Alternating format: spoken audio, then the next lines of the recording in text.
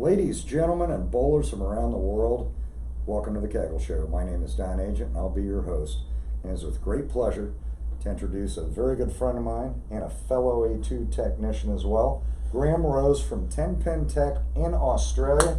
Buddy, thank you for making it up here today. Thank you for the invitation to come on the show. We don't want, the show's important, but I don't want to lie to people and make them think that you got on a plane and flew here specifically for this. Oh, no. You and your lovely wife, who's also another good friend of mine, Wendy, and came down after Expo, and you guys are crashing at our house with Kelly and I. And yeah, we try to do that every 2 years.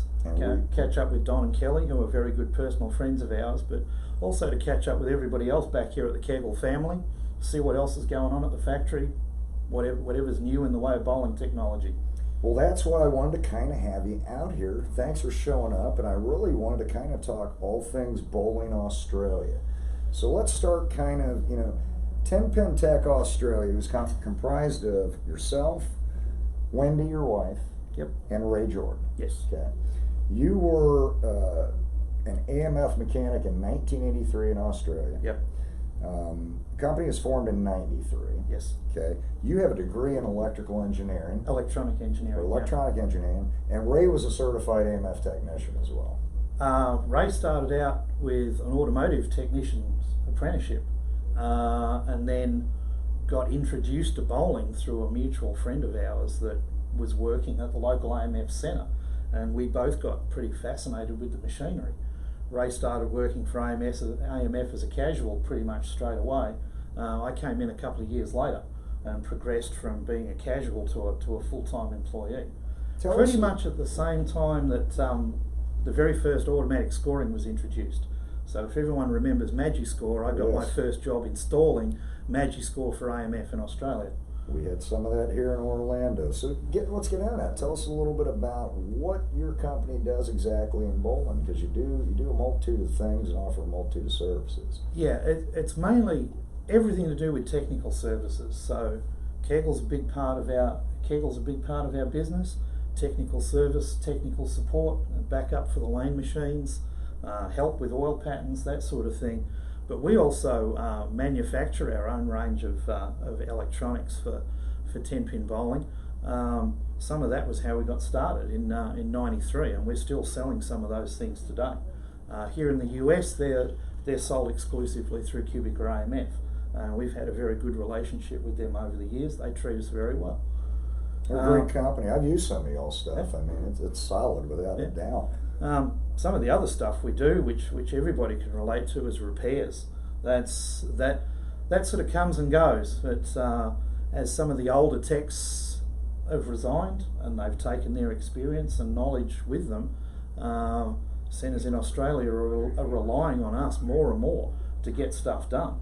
They'll have the box on the shelf. Oh, that hasn't worked for 18 months. So I'll send it to Ray and Graeme and see if they can figure out how to fix it. And sometimes that's a challenge because documentation isn't exactly a word that's sort of known in the bowling industry. I can just get a box and it's busted. Oh, what was it? Right. Oh, it's a control board out of a ball polisher. It's a 35-year-old foul light. Oh, you got a circuit diagram? No. How did you and Ray meet, and what started you guys both down this path? Again, mutual friend. I went to high school with a guy. Outside of high school, he met Ray. I think it was through the local CB radio community. Cool. I was completing high school, but at a tech college in the CBD, in Melbourne. On a Friday, I'd come home, toss the school books, and walk around to my friend's place. And one Friday evening, he was sitting on the front fence with a beer and with Ray. And that was it. It was Ray, Graeme, Ray, and we've got on real well ever since. Shout out to Ray and Cindy, by the way. And it is Ray and Cindy's third wedding anniversary. They were married in Vegas 3 years ago. That's right. Ray now spends 7 months of the year with Cindy in Tucson, and he enjoys that very much. Happy anniversary to both of you kids, without a doubt. If you had to credit a person or an entity, who would you pick that really was instrumental in introducing bowling and getting bowling on large scale in Australia? It'd have to be down to AMF. Late 50s, early 60s, they came into Australia with the leasing model and helped a bunch of people build 8, 10, 12 laners. They signed up local sports celebrities as management, which in the whole turned out to be not the best idea. Sure, so a lot of those businesses went under pretty rapidly, but that put enough momentum behind the sport to actually come up with national tournaments and our first real sporting identities in bowling back in the 60s. Nice. Two of which, John Burgess, who's still with us. He made a very, very lucrative career out of being a TV personality, hosting game shows. Wendy and I met him just recently. He's still looking very fit and tanned. His main competition was a man called Richard Hall, who never really made it sort of beyond the sport of bowling in the 60s, but went on to become a regional manager for AMF bowling centres. Very nice. How many centres do you think are in Australia? Your best guess? It's about 180. Australia's a very big territory, and some customers we only have contact with like on a 6-monthly basis, and we only find out that they shut their centre when we don't get the regular 6-monthly phone call. Or we run into somebody at another centre and they say, "Oh, did you hear so and so closed such and such a bowl?" "Oh, really?" And then 3 or 4 months later you hear somebody opened one. Too cool. So to give the audience kind of an idea, we're inserting a graphic on here to kind of show the size of Australia versus the size of the U.S. And you also said about 180 centers. We've got a little over 200 in Florida. So you got a big piece of land mass, but most of it's all on the outer perimeter. Around the edges. Gotcha. Yeah. I've been to Australia. I love it there. I love Melbourne, where you all live, and the southern and eastern, so south and up the east coast. There's not much in the middle. There's one bowling centre in Alice Springs, right smack in the middle, right near Ayers Rock, or to give it its proper name, Uluru. Half the league bowlers at that centre have got American accents because there's a joint defence base just down the road. So you walk into the Dust Bowl in Alice Springs and you hear a bunch of American accents. That's cool. Who are some of the most, if you had to pick out, we're going to start with female, some of the most influential female bowlers, from 80s, 90s, all the way up to really early 2000s, who stand out for you? The main three would be Jeanette Baker. Never really sort of got into the American scene, but you can't really argue with 2 World Cups. No doubt. She did really well and did a lot with what publicity we had at the time, because back then it was just basically print media and a little bit of television. Then there was Carol Giannotti. Fantastic player. Yeah, from over in Perth. She was the first one that everybody really paid attention to because she was able to come over here to the States and compete on a level playing field with the women in the US. And then that really laid the groundwork not long after for Cara Honeychurch, who was absolutely outstanding. Outstanding player. I remember many times doing the lanes in like the local AMF centre, and there's this young girl. As a young girl, Cara's practicing away on the end lanes. And I'd have to excuse myself. Excuse me, Cara. We just need to wash and condition these lanes for you. Get out your way real quick. Cool. Kind of seeing some of those players grow up. All right, let's switch to male. How about male bowlers of the same eras? Male bowlers in the same era. Back before Jeanette Baker's day, we had like Chris Batson. Terry Wenban. Terry Wenban, I think, made a bit of a jump over here and may have bowled in a couple of regional tournaments. Memory's a little sketchy, but if anybody back home wants to sort of correct me and fill me in, by all means do it. Chris Batson, another very, very excellent male bowler. He went on to become our national coach for some years. That's when I met him. In between having Andrew Frawley another very well-known name back home and Famous power internationally. player back then, Internationally, yeah. probably as much as a coach as a player. Spent a lot of time in the Middle East coaching some of their bowling teams, and did very well with it. Yeah, I'll tell you, some fantastic players. Now we're going to go to this era. I'm a big Jason Belmonte fan, okay? I like him on a human level. I love him as an athlete. I think he's just done some tremendous things for this sport, and a lot of youth do look up to him. You know, his parents are both customers Oh, yes. both of our companies. They too are also wonderful people. What type of impact do you think Jason has had for Australia and Australian youth? Jason's probably the best thing that's happened to 10-pin bowling as a sport in Australia in about 20 years. I would agree. And it's happened just at the right time, where social media now has such a huge impact.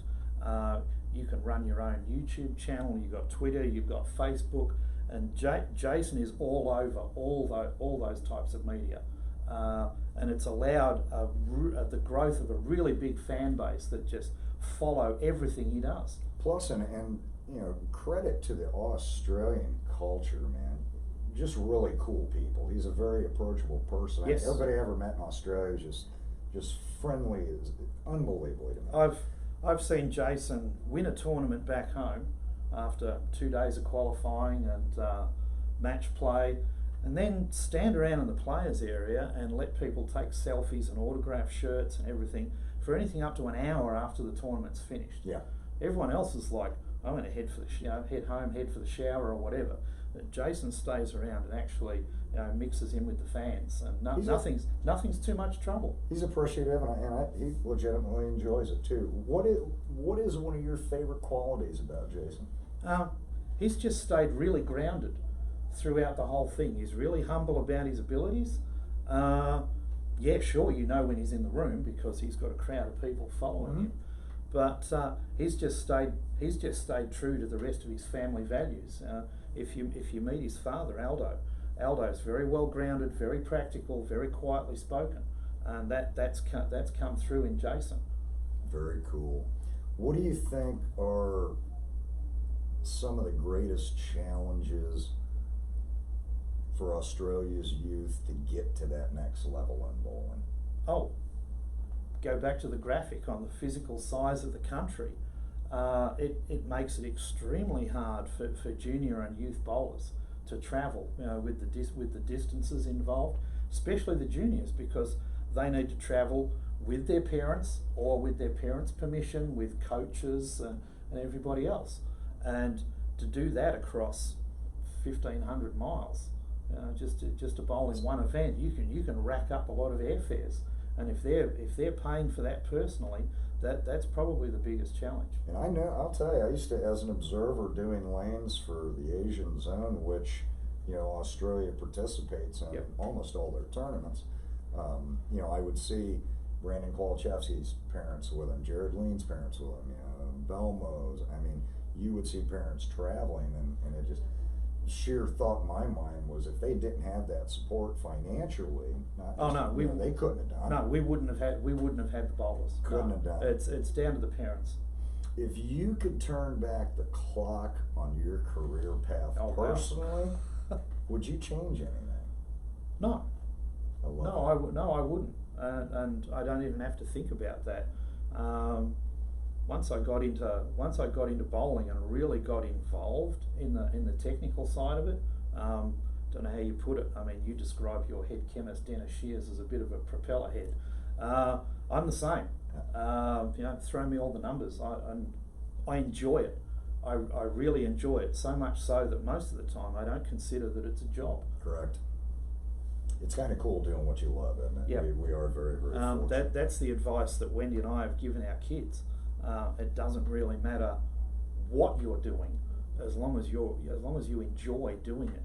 Sure. I can't think of anything worse than knowing you had to go to a job every day and hating it. I have friends that have that experience. We do not have that here at Kegel, and I can probably speak on behalf of the entire company, as you've seen witness do. All right, final question for the day. Always seal this off. any advice for up and coming youth? Well, I could say get a haircut, get a real job, but the youth of today probably wouldn't remember the song. Yeah. No, it's practice. Practice hard. Practice everywhere. Not in your own centre. If you can, get out of your own centre and go and practice in as many varied conditions as you can. That's like the general advice. More specific advice for each individual. Make any decisions to do with bowling, whether it be equipment choice or the line you're going to bowl on the lanes, base it on your own knowledge and skill. Don't rely on the opinions of others to sort of push you in one direction or another once you're sort of on the lanes or you're preparing for a tournament. Look at your own skill, look at your own experience and go, this is the gear I need, these are the lines I'm going to start bowling, and I'm going to judge it on the results rather than what everyone else is saying around me. Very sound advice, especially from a competitive standpoint. Brother, I'm going to see you and your lovely wife for dinner this evening when we go Excellent. down to the Faded Bistro in downtown Sebring. That's kind of a wrap for today. For Yeah. those of y'all that haven't purchased a copy of Lynn Nicholson and Sam Villareal's Stone 8, please get one. It's must-read material. That being said, keep those wrenches turning. Have a wonderful day.